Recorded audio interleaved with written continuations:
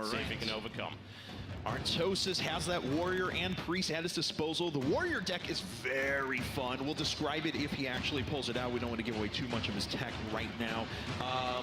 But I don't know, man. I think both of these decks have a chance. It's the warrior deck. All right, so this is a deck that's very based around a lot of weapons and a lot of charge. And a lot of minions that continue to do damage to yourself in order to gain up attack. So that hand. All right, okay. A Gore Howl and an Arcanite Reaper. So as you can see, the Artosis deck is very focused on weapons. Yes. We've already got a chance to see that, and that is very true. Warsong Commander, again, one of the best cards of the game, in my opinion. But ultimately, those two weapons are probably going bye-bye, I would imagine. And he's thinking about a full mulligan. I wouldn't blame him. And then, of course, Trump is going to have to mulligan a couple of things. Ysera, Argent Commander. Shadow Madness is decent to have in the mid-game. I'm okay with him holding on to that. But ultimately, if he gets to turn 3 and the only minion he's got is a Shattered Sun Cleric, then that's an unfortunate play. All right, so what's he going to get rid of here? I agree with you that Ysera and Argent Commander at least is going to go away. If he doesn't have any other cheap minions right away, though, you know, Shattered Sun Cleric is fine as a 3/3 body by itself, but he's going to want to make sure that he has a target for it. And it looks like our opponents have locked in. So there we go. Shattered Sun Cleric is the only card out of the 7 kept. We have an Arathi Weaponsmith and a Mani Berserker and an upgrade available for Artosis. These are pretty good hands for both, honestly. Mani Berserker is always nice, and a Cruel Taskmaster comes out. That's fantastic for him already. So this deck, it's weapon heavy, and it's more of one of the standard warrior decks whereby you rely on 2 things, enrage and weapons. And you combo things like the Cruel Taskmaster with something like the Armani Berserker to trigger enrages and do immense damage. It's got a huge amount of burst and very strong removal. Speaking of strong, Grommash Hellscream, ladies and gentlemen. We might get to see that played. And of course, it's going to take a while for that to come out, but out comes the Armani Berserker, a really solid opener. And the follow-up to that is probably going to be Cruel Taskmaster. However, there is a Shadow Word Pain, so that means he can get rid of that pretty much immediately if he wants to. He's thinking he's going to coin into a 3/3. I like it. All right, that's fine, but this Cruel Taskmaster means he's about to get hit for 7. All right, so because Cruel Taskmaster has a battle cry, it deals 1 damage. Doesn't even need to do it. He just pulls the Fiery War Axe. So he can just kill that 3/3 off immediately, and he can hold onto it, and then he could even upgrade the turn after that if he so desires. Yeah, if he wants to keep it around. Upgrade, of course, it's an option card. If you don't have a weapon equipped, it gives you a 1/3 weapon. If you do have a weapon equipped, it gives that weapon +1/+1. So it sticks around, it gets just a little bit better. It's a really nice card to have. Ultimately, you generally don't want to play the weapon with it because it's kind of terrible weapon. It's the worst one in the game, ultimately, but regardless. Fiery War Axe is definitely a possibility here. He's thinking about that Cruel Taskmaster play, but he also knows that there's a couple of really awkward things. As a priest, you can actually heal an enraged creature and cancel the enrage, which is a little bit annoying. But he's going to go for that play regardless. This is what happens. Damage is done, buffed 7/2. Strike right at him. There we go. Now that is what I call a little bit of aggro. That is an impressive amount of damage here. Let's see, Youthful Brewmaster comes onto the battlefield, but that's not going to be enough. Of course, that Shadow Word Pain. He's going to trade that. Of course he was going to do that. He has to play a second Shattered Sun Cleric without a buff. Very suboptimal. He's probably not too happy about that. And he's not happy about the 7 damage he just took, too, with basically an empty board state. So Leopard Gnomes are in this deck, of course, because they are 2 1-for-1, which does 2 damage to your opponent as their death rattle. So it continues that aggro going forward a little bit. We could see a combo of cards art here. Arathi Weaponsmith, not going to be used for a while.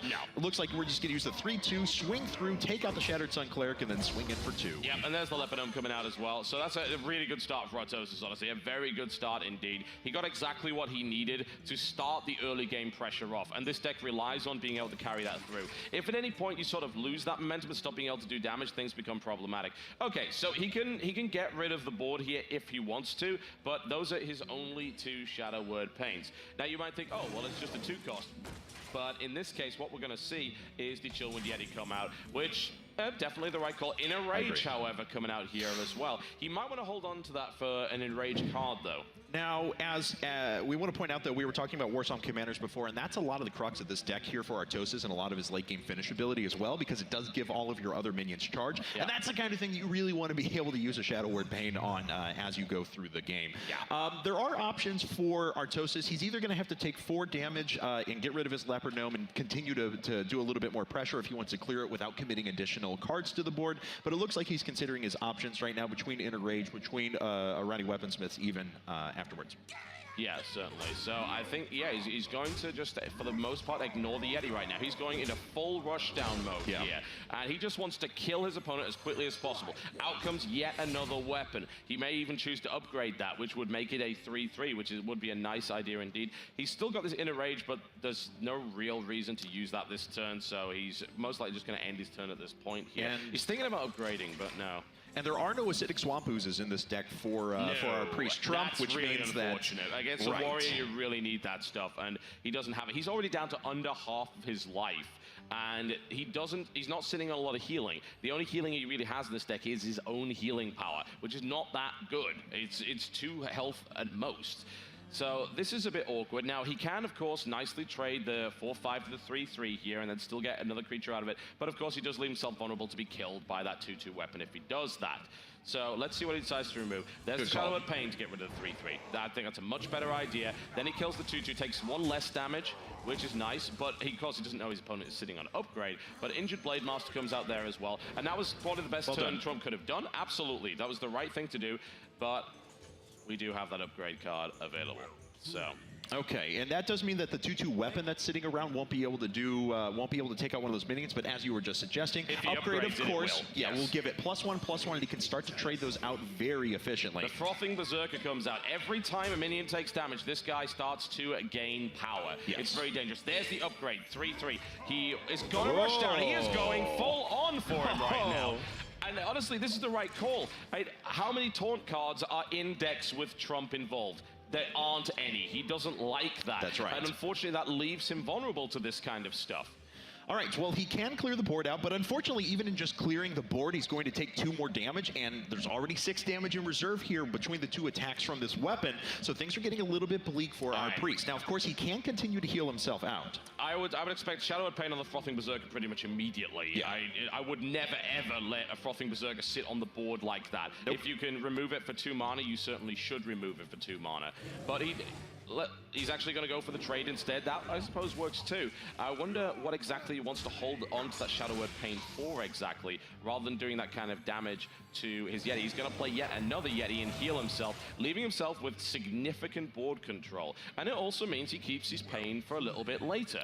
Now, don't forget, we're starting to get some pretty critical damage numbers here for Trump, too. He's got 12 damage on board now. This is the problem. The Grommash Hellscream Inner Rage combination.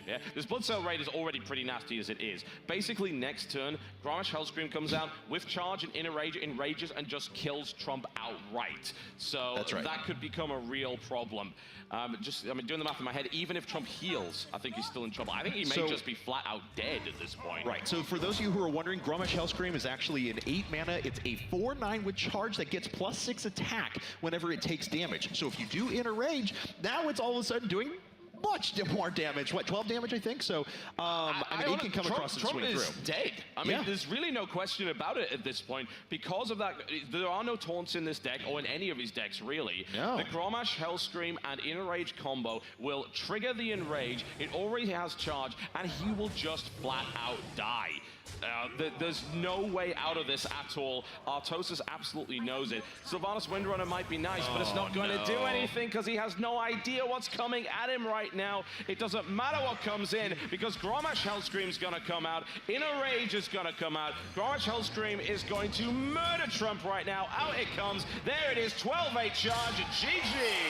And Artosis is your first finalist here at the InnKeepers Invitational. He has a nice little look on his face right there. Congratulations to Artosis. Excellent play there by Artosis. Probably low to have to show a second deck right there, but that is a nasty one indeed. He got everything he possibly could have wanted in that draw, and unfortunately, it seems a lack of taunt may have caused a few problems there for Trump because he was rushed down. Artosis wasn't even concerned about dealing with the minions on the board. He just wanted to kill his opponent. All right, there we have it.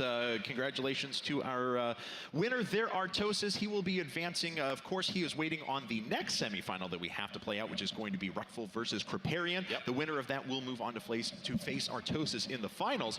And whoever gets there, I gotta say, between that Paladin deck and that Warrior deck, we haven't even begun to see the power of the Priest deck that Artosis is bringing. I'm looking forward to hopefully seeing that Priest deck. So sorry, Artosis. I hope it goes to Game 3 or Game 5. But one way or the other, there we go. Trump has been eliminated. A bit of an upset for a lot of people, I would imagine, who he's already won smaller online tournaments in the past, and he's viewed as one of the best players. Unfortunately, Artosis really brought his A game this time around for him, and Trump is now eliminated and will, of course, be facing against either Reckful or Crip.